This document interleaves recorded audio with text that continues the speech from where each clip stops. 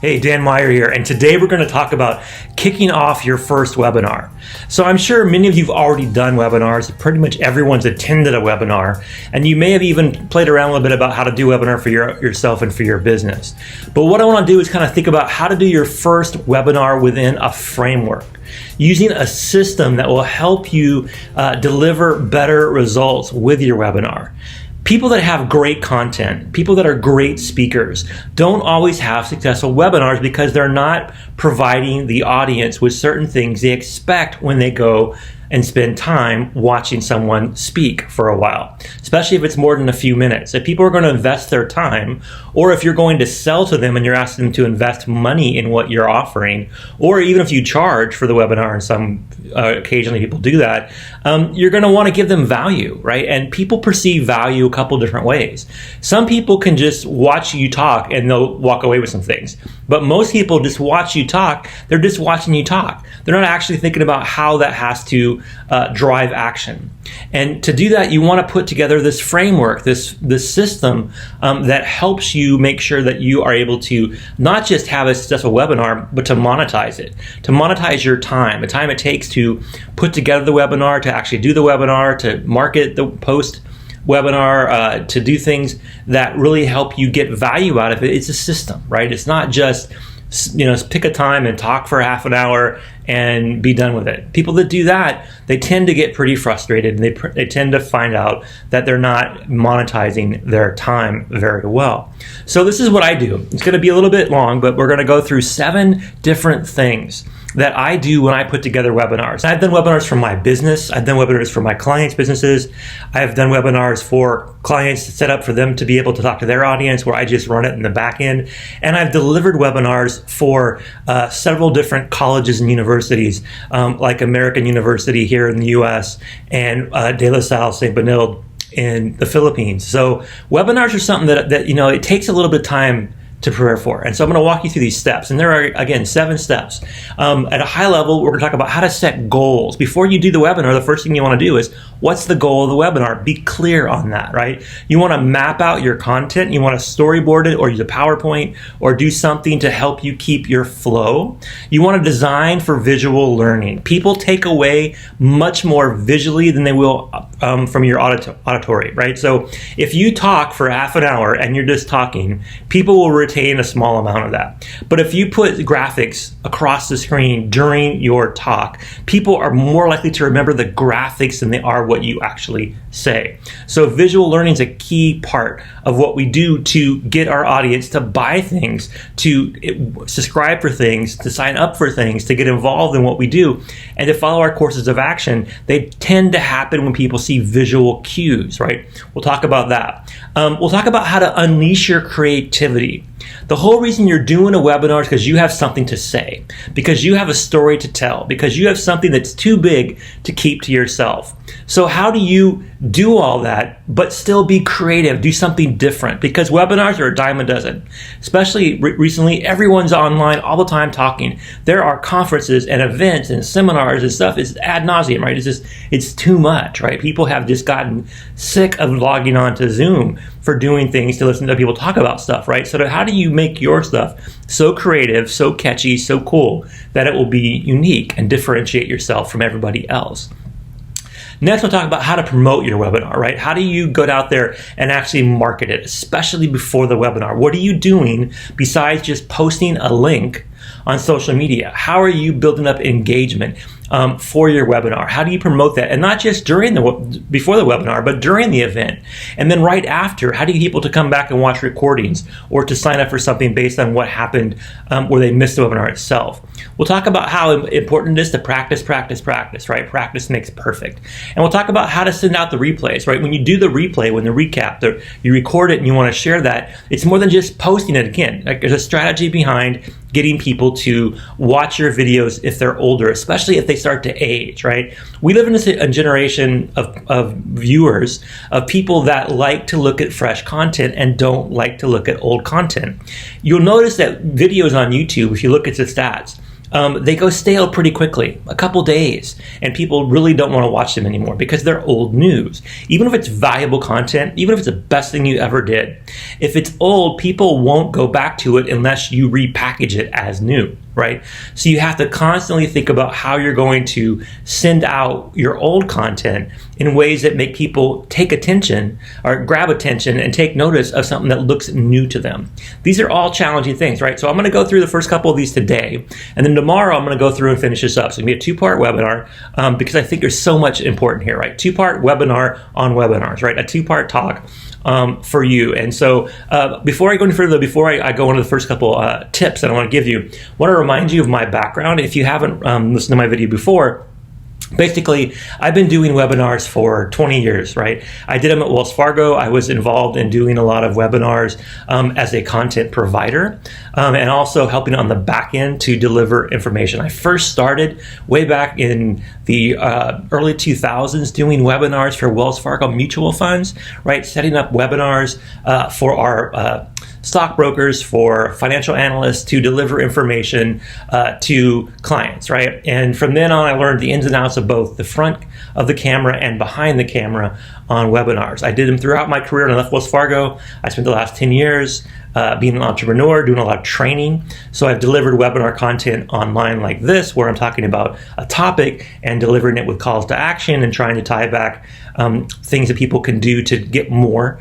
And then I also understand how to do education. I have a master's degree in education, right? So I'm a teacher at heart. Before I worked for Wells Fargo, I was a teacher. I've taught on and off throughout my career at different colleges and universities around the world. So this is what I do, right? Delivering content virtually is something that I think is super, super important. So that's where you want to start, where you want to start with your goals, right? So the first thing you want to do is think about, what is the goal of your webinar? Are you trying to sell X amount of products and you think the webinar will help you get there? Are you trying to add a certain number of subscribers? Do you want a certain number of followers? What do you need out of this webinar? Now, first and foremost, you might just be creating ways to deliver content, which to me is really cool. I love doing content creation. I love to write. I've written a couple books. I blog almost every week. I record videos almost every day. I'm always creating content, but I always have an end goal. This video you're watching now and the series of videos on this YouTube channel are geared towards getting people to use more data and more virtual staffing, right? So I have a clear goal. Every video, I want to see it get a significant number of views. I feel good when I start seeing things get to be 30, 40 views. That means that few people have watched it.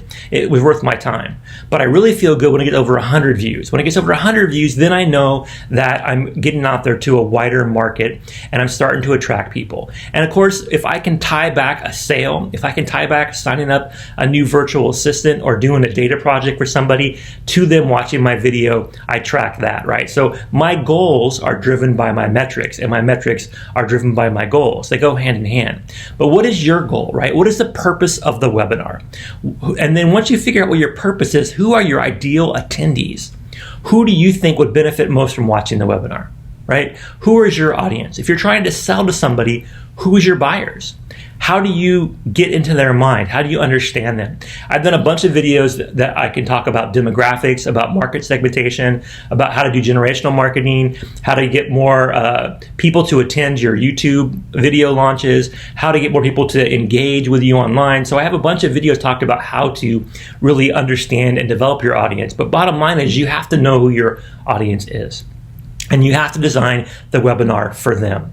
Think of the 10, 15, 20 most important people that you want to be in front of and design the webinar for them. Don't design it for everyone, right? Design it for your ideal attendees. Think about the time and date when you're going to deliver the webinar. If it's going to be live, you want to find the right time when you're going to get the most people that are available in your audience to watch it, right? You're going to want to maybe survey them or follow trends or look and see when people are online or figure out different things you can find on analytical research about when the best time to post on certain channels are. Basically, figure out the time and date that makes the most sense for you to get your audience. You want to think about the format, right? So not all webinars are equal. Some webinars require you to be in front of a certain background. And I'm always doing, my talks in front of a couple books, a map, and my business banner, right? So it talks about who I am, what's important to me. I love to read, I'm studious, I love to travel, and I love my business. And my business is all about saving people time. It's all about traveling around the world and giving people access to talent. So everything that's important to my business is in my background, right?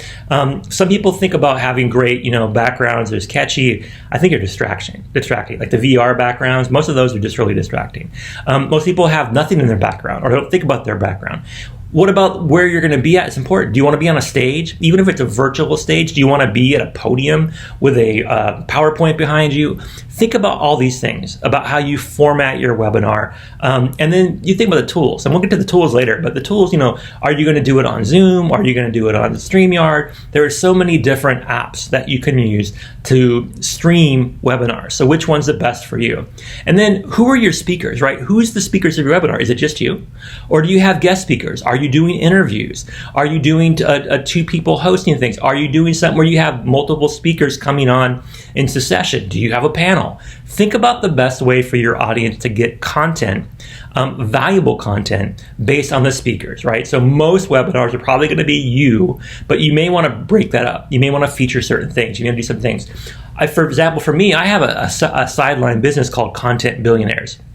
And the idea there is that a lot of people that watch my videos, that are in my circle, that use my services for virtual staffing, have created a lot of content. They're content billionaires. So you have a lot of intelligence, a lot of IP, a lot of intellectual property up here about their topic. They are experts in their field, but they're struggling trying to figure out how to monetize that. They're what we call content billionaires, but they're still looking for their first million, right? So that's the kind of person that I want to attract to the Content Billionaire webinar series that we're doing.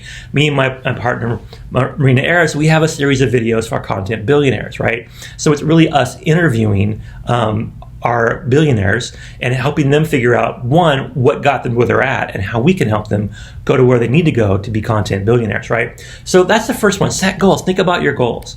The next one is map out your content, right? Your content has to flow. You have to have a start, a middle, and an ending. It has to be a story. You have to take your audience on a journey. The best, most effective videos are ones that have mapped out content, but don't always feel like mapped out content. You want to make sure that you give your audience cues on when you're talking about certain things. I put a lot of visuals in mine, right? As you're watching these videos, you're seeing a lot of slides pop up, a lot of images pop up. That's because I want you to notice the milestones on our travel. I want you to make sure that you catch things and know when we're transitioning, right? I also want to give you the mental cues to be able to take certain calls of action that you'll file away in your memory based on the visual learning that you're undergoing. But you want to map out the content for that. You want to think about what are the most important lessons and when are you going to deliver them in the video. The beginning is super important to catch attention. The end is super important to have calls to action, but it's throughout the content of the video. You want to make sure that your webinar is fleshed out, is detailed. Now, most of us are going to use a PowerPoint, and that's fine. PowerPoints are kind of boring. They're kind of old-fashioned. I still use them. I don't love them, but I feel like I have to use them because I haven't really figured out anything better that works for what I do in the way that I create content, have my marketing team take what I create and share it and build videos around it.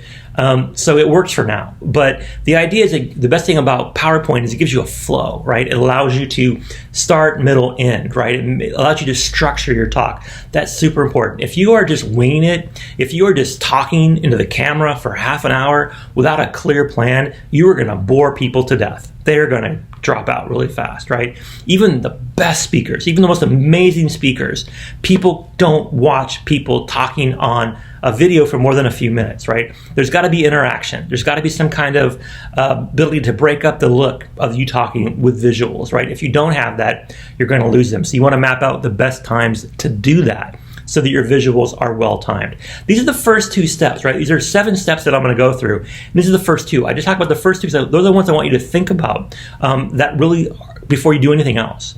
Before you actually start creating anything for webinar, you want to figure out who your audience is.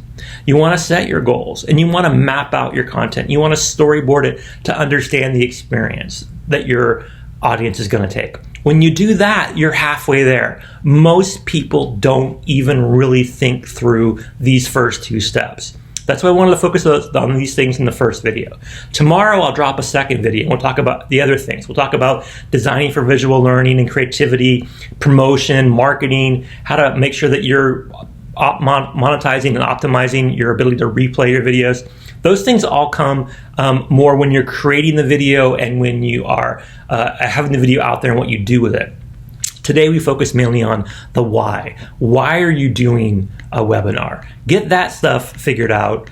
Start thinking about from the why, the how, and then you're halfway there, right? So that's my time for today, right? I basically wanted to walk you through the first couple steps of how to start thinking about your webinar. Again, we'll have part 2 will drop tomorrow. If you're interested in getting a virtual assistant to help you with your webinars, I have everything I do, everything you see here today is pretty much done by a VA, right? I record the content. That's it. Finding the topic, making the visuals, designing the PowerPoint, putting this on YouTube, tracking it on YouTube, sharing it across social media, posting it on LinkedIn, posting it on YouTube, posting it on Facebook. That's never me, right? I don't do any of that. I have a VA do that, right? So it frees me up to create more content, to record and talk and write and speak what I love to do. So that's why I have a VA for helping me do webinars. All my videos are basically run by my team, my virtual team. That's what I want to talk about today. That's part 1. I'll see you back here for part 2. If you're curious about anything else, just drop us a message in the comment section below, and look forward to seeing you back here for part 2.